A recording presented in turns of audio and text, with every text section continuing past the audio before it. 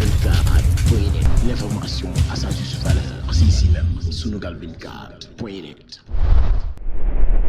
Dans le cas précis, les auteurs ont été identifiés. Il s'agit de Alioune Sall, de Aly Ngouille Ndiaye, de Macky Sall lui-même et le procureur. Ce qu'il a à faire, indépendamment de l'obstacle que peut constituer l'immunité, ce qu'il devait faire, c'est de convoquer ces gens, de les entendre et les déférer parce qu'ils ont gravement fauté.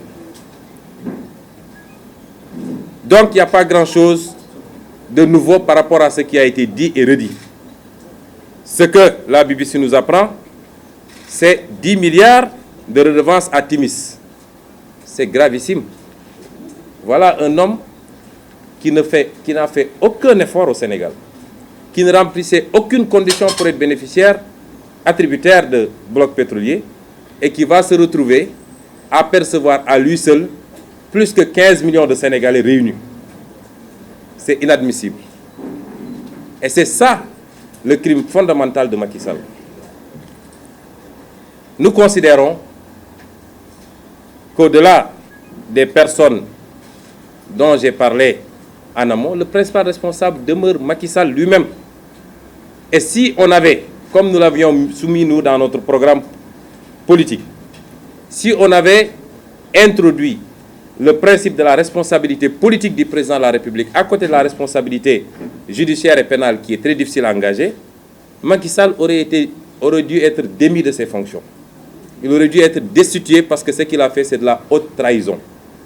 Il a trahi le peuple sénégalais au profit de son frère et potentiellement à son profit personnel, jusqu'à ce qu'on ait des preuves tangibles. Il devait être jugé pour haute trahison. Et je lui lance un appel, pour une fois,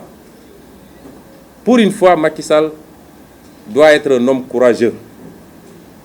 Le courage, ce n'est pas de se refuser derrière l'administration, la police, la justice, pour matraquer, attaquer des adversaires. Le courage, c'est dans des cas comme ça, faire face à son peuple, faire son mea culpa et reconnaître qu'on a lourdement fauté. Macky Sall a lourdement fauté et il l'a fait sciemment. Et c'est pourquoi c'est une haute trahison, j'insiste. À défaut, nous disons que c'est au peuple sénégalais d'assumer sa responsabilité aujourd'hui. Le peuple sénégalais, et particulièrement cette jeunesse sénégalaise, qui souffre et qui n'a d'autres alternatives que de prendre l'océan ou de se reconvertir en conducteur de moto Jakarta, nous leur disons que l'enjeu fondamental, il est là.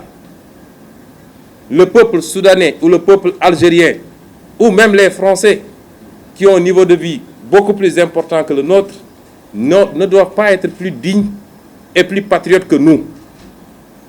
Il est inadmissible qu'un groupe d'aventuriers, quel que soit le titre dont ils sont affublés, puisse s'asseoir sur l'intérêt de génération et de génération,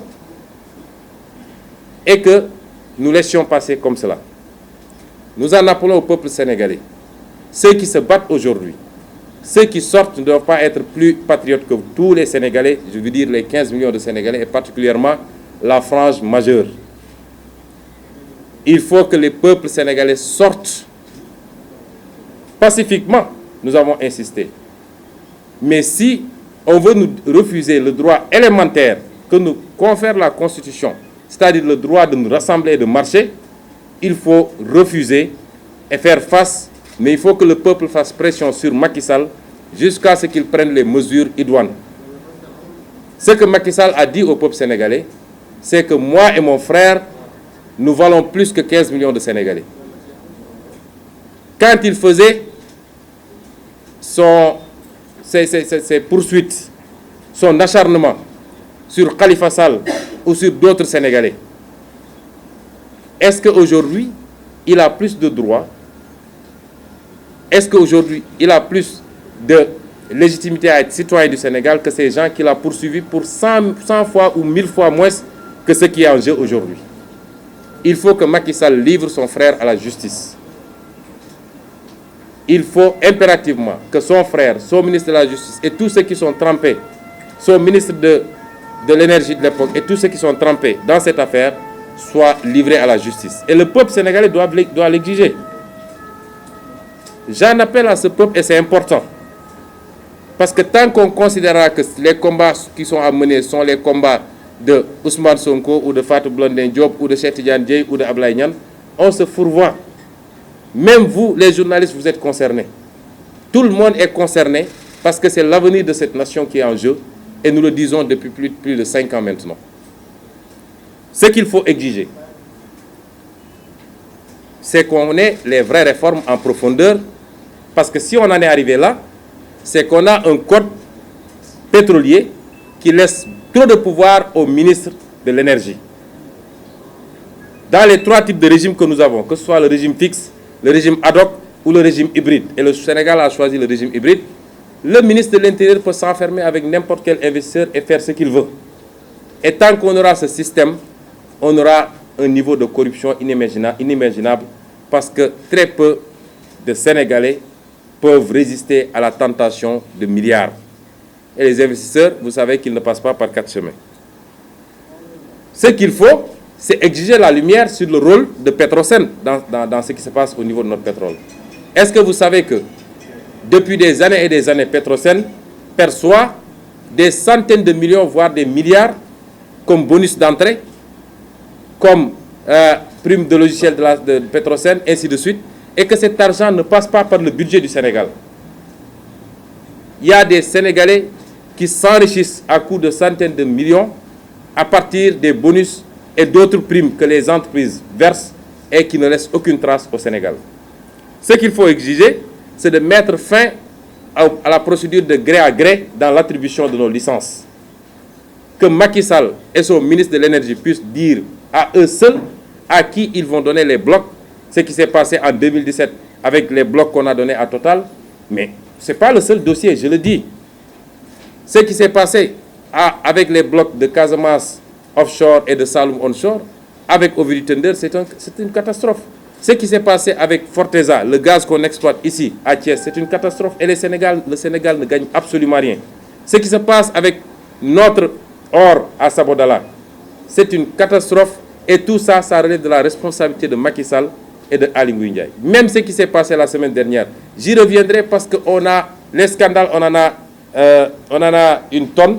Mais pour ne pas brouiller les pistes déjà. Mais ce qui s'est passé la semaine dernière à Kédougou et à Tamba avec des arrestations, vous savez très bien que le seul responsable, c'est Aly Ngouille Ndiaye.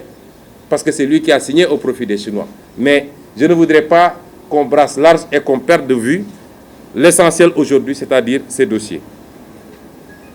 Ce qu'il faut également, c'est de mettre la pression sur BP. Il faut que ces multinationales comprennent que l'Afrique qu'ils connaissaient n'est plus cette Afrique-là et que notre génération ne peut plus accepter cela. Peut-être qu'ils sont encore à l'Afrique du président Macky Sall, qui considère que, puisqu'il y avait beaucoup de maladies ici, il fallait faire des faveurs aux multinationales, mais notre génération ne peut pas accepter cela. Et BP ne peut pas se prévaloir, ne peut plus se prévaloir de sa propre turpitude. En 2017, fin 2016, nous avons appris les négociations entre BP et Cosmos et Timis pour racheter une partie des parts de Cosmos et une partie des parts de Timis. Dans le cadre du collectif que nous avions mis en place, le collectif sénégalais pour le recouvrement des avoirs pétroliers et gaziers.